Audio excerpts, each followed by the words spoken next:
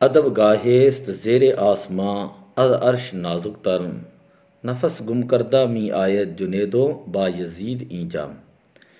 حضرت سیدنا اسامہ رضی اللہ تعالیٰ عنہ بیان کرتے ہیں، ایک مرتبہ میں حضور علیہ السلام کی خدمت اقدس کے اندر حاضر ہوا۔ میں نے دیکھا کہ آپ صلی اللہ علیہ وسلم کے ارد گرد صحابہ کرام اس انداز کے اندر بیٹھے ہوئے ہیں گویا کہ ان کے سروں کے اوپر پرندے بیٹھے ہوں،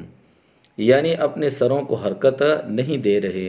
انتہائی ادب کے ساتھ نگاہوں کو جھکا کر بارگاہ رسالت مآب صلی اللہ علیہ وسلم کے اندر حاضر ہیں۔ صحابہ کرام حضور علیہ السلام کا کیسا ادب کرتے تھے، ایک حدیث پاک سماعت فرمائیں۔ عروہ ابن مسعود ابھی مسلمان نہیں ہوا تھا کہ مقام حدیبیہ پر قریش کی طرف سے نمائندہ بن کر آیا۔ وہاں آ کر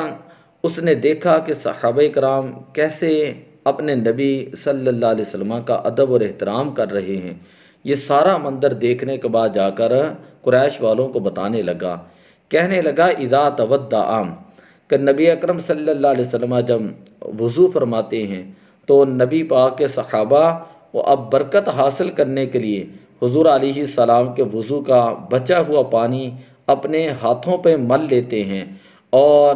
اس کو حاصل کرنے کے لیے کوشش کرتے ہیں، اور اسی طرح حضور علیہ السلام اگر ناک کا پانی مبارک ڈالتے ہیں تو اس کو بھی صحابہ کرام حاصل کرنے کے لیے آگے بڑھتے ہیں، کوشش کرتے ہیں۔ قاد یقتتلون علی وضوئہ، اور قریب تھا کہ وضو کا پانی حاصل کرنے کے لیے اور اسی طرح ناک مبارک کا پانی حاصل کرنے کے لیے کہیں وہ آپس میں لڑ نہ پڑیں۔ تو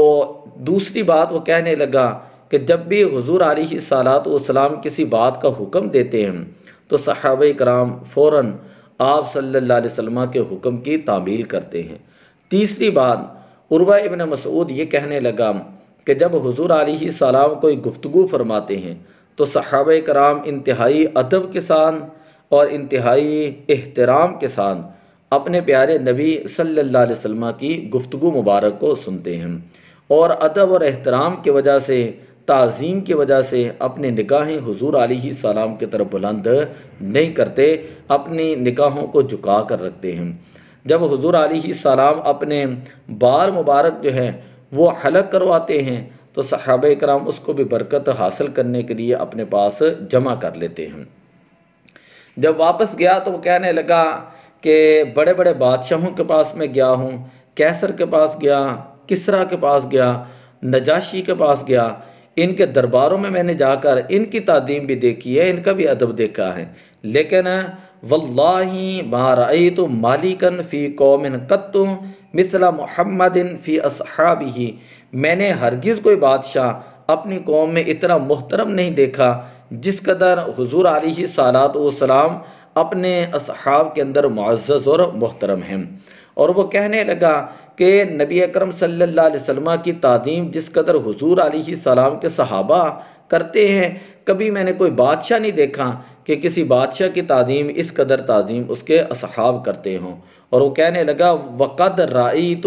قَوْمًا لَا يُسْلِمُونَهُ، تحقیق میں نے ایسی قوم دیکھی ہے جو کبھی بھی حضور علیہ السلام کو چھوڑیں گے نہیں اور ہمیشہ آپ کی تعظیم کرتے رہیں گے۔ تو حضور علیہ السلام کا ادب، احترام یہ ایمان کا حصہ ہے، آپ کی تعظیم کرنا یہ ایک ایمان کا حصہ ہے کہ جو حضور علیہ السلام کی تعظیم نہیں کرتا اس کا ایمان ہی مکمل نہیں ہوتا، بلکہ اس کا ایمان اللہ کی بارگاہ میں قبول ہی نہیں ہوتا۔ تو اسی لیے حضور علیہ السلام نے فرمایا کہ اپنے بچوں کو 3 چیزیں سکھاؤ، ایک قرآن کی محبت سکھاؤ، ایک اہل بیت کی محبت سکھاؤ، اور ایک فرمایا کہ میرا ادب اور احترام اور میری محبت اپنے بچوں کو سکھاؤ۔ دعا ہے اللہ تعالیٰ عمل کی توفیق عطا فرمائے۔ الصلاۃ والسلام علیک یا رسول اللہ وعلی آلک واصحابک یا حبیب اللہ۔